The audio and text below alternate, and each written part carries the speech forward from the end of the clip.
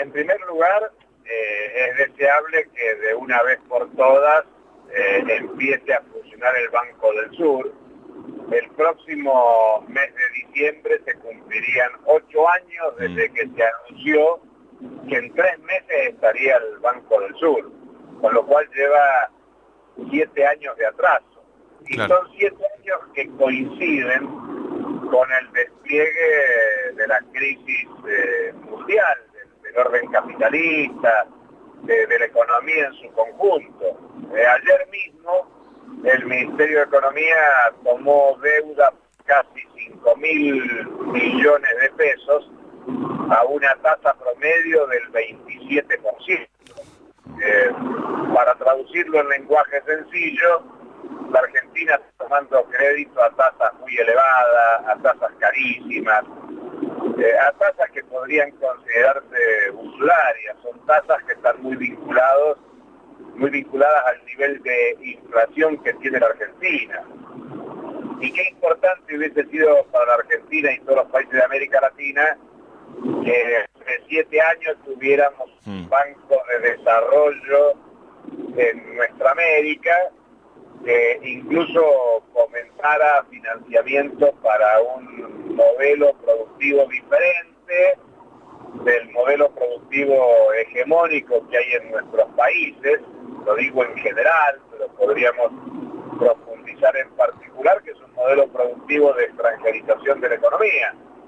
Cuando uno mira a la Argentina y mira el agro, la industria, los servicios, en todos esos sectores dominan sectores extranjeros, corporaciones transnacionales, que lo que buscan son formas de apropiar renta nacional. Ayer mismo, además de esta toma de financiamiento, la Argentina ha pagado más de 600 millones de dólares al Club de París por reservas internacionales.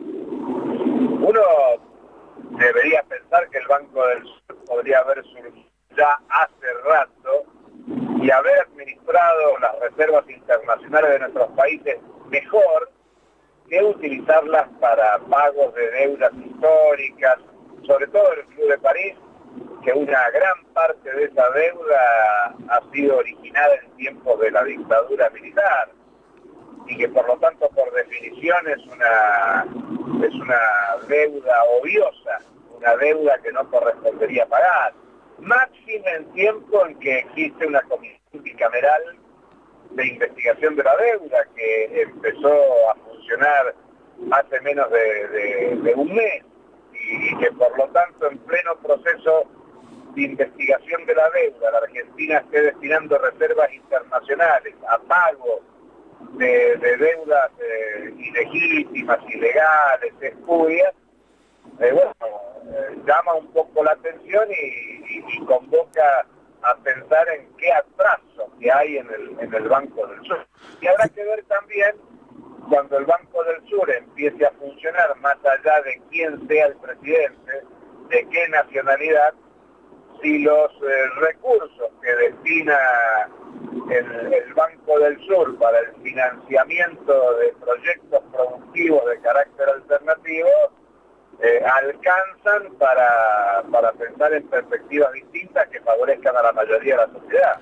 Julio, te habla Diego. Sí, quería preguntarte porque hablando del Banco del Sur, digamos, se pone en el tapete una discusión estratégica, que es el de la soberanía financiera de las naciones, pero en este orden internacional, América Latina, o por lo menos Sudamérica, se ve en la obligación de funcionar como un bloque, por lo menos lo más homogéneo posible, frente a que también en el tema financiero, en el orden internacional, aparecen nuevos actores que hoy están desembarcando en América Latina, como China, Rusia, digamos que son grandes inversores y han generado liquidez o han aportado préstamos, y como una alternativa de salirse de los organismos tradicionales de crédito, que son los que dan estos créditos a tasas usurarias que vos mencionabas al principio.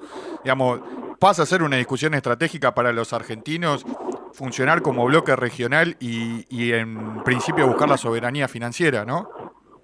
Mira, como expectativa esperanzada es correcto lo que vos sugerís en el interrogante, pero la realidad es que hoy Brasil está intentando negociar un acuerdo de libre comercio comercio con Europa por separado del Mercosur o de la propia CELAC. Claro. Más allá que yo incluso desaconsejaría un acuerdo de libre comercio, pero sin perjuicio de eso, Brasil o Uruguay intentan negociaciones por separado. Uruguay en forma secreta se incorporó al TISA, que es el mecanismo de liberalización de los servicios en escala mundial. Y por lo tanto lo que ves en América Latina no son en este momento tendencias a una asociación fructífera, a una integración de carácter alternativo, sino lo que ves es una adecuación de los países a insertarse bilateralmente en negociaciones de libre comercio. Desde luego, América Latina debería juntarse y pensar una estrategia de soberanía financiera, pero también de soberanía energética o de soberanía alimentaria. Claro. Lamentablemente no es lo que ocurre. Yo creo que está bien formulada su pregunta en términos del debería. Claro. Y creo que sí, que debería. Pero lamentablemente creo incluso que el Banco del Sur está llegando desacompasado y los BRICS, como vos sugerís, Brasil, Rusia, India, China, Sudáfrica, no solo avanzan con sus proyectos financieros, sino que son crecientes inversores financieros en la región, especialmente China. Y en el caso argentino ha recuperado capacidad de obtener liquidez internacional con los acuerdos swaps realizados entre Argentina y China. Con lo cual, me parece que es interesante reflexionar, a ver todo lo que falta, más que considerar algo que esté ocurriendo en estos momentos.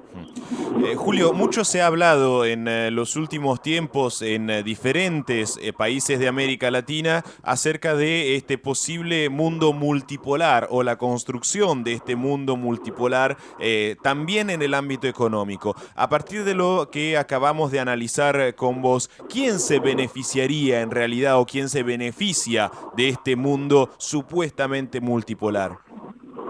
Otra vez de acuerdo con el interrogante al decir supuestamente multipolar, porque lo que hay es una disputa por quién se impone, quién hegemoniza el mundo capitalista. Hay una multipolaridad capitalista, con lo cual el que se beneficia son las transnacionales. Hay que pensar que muchísimas transnacionales del automotor, de la alimentación, de la vestimenta, invierten en China y hacen grande a China y ponen a China como primer productor, pero los grandes beneficiarios, aunque el producto geográfico chino sea mayor que el producto geográfico de Estados Unidos, lo que tenés es un fortalecimiento de las transnacionales estadounidenses, europeas, japonesas que actúan en China y desde China consolidan su carácter transnacional. Digamos que hoy hay una búsqueda de las transnacionales de cualquier origen por insertar sus inversiones y sus desarrollos productivos en China, con lo cual puede haber multipolaridad desde un punto de vista político, desde un punto de vista de discutir quién define las políticas globales, las políticas mundiales, pero lo que se impone es el capitalismo transnacional. Y recientemente hay dos datos muy interesantes. Uno de la OIT, que es el informe 2015, que se va a tratar en la asamblea de la OIT que empieza la semana que viene, y donde habla de un crecimiento de la precariedad del empleo a nivel mundial.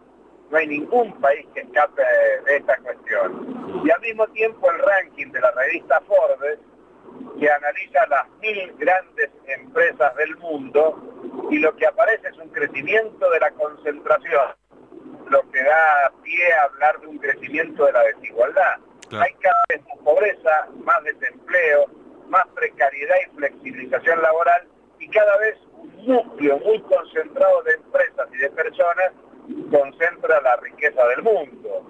Con lo cual estás en un mundo capitalista en crisis, donde la crisis induce los ajustes para que la mayoría de la población se desarrolle por un plano de la pobreza y los sectores más concentrados y centralizados del capitalismo mundial acumulen más riqueza. Por lo cual esta es la situación de esta pluralidad de una unipolaridad capitalista del sistema mundial contemporáneo.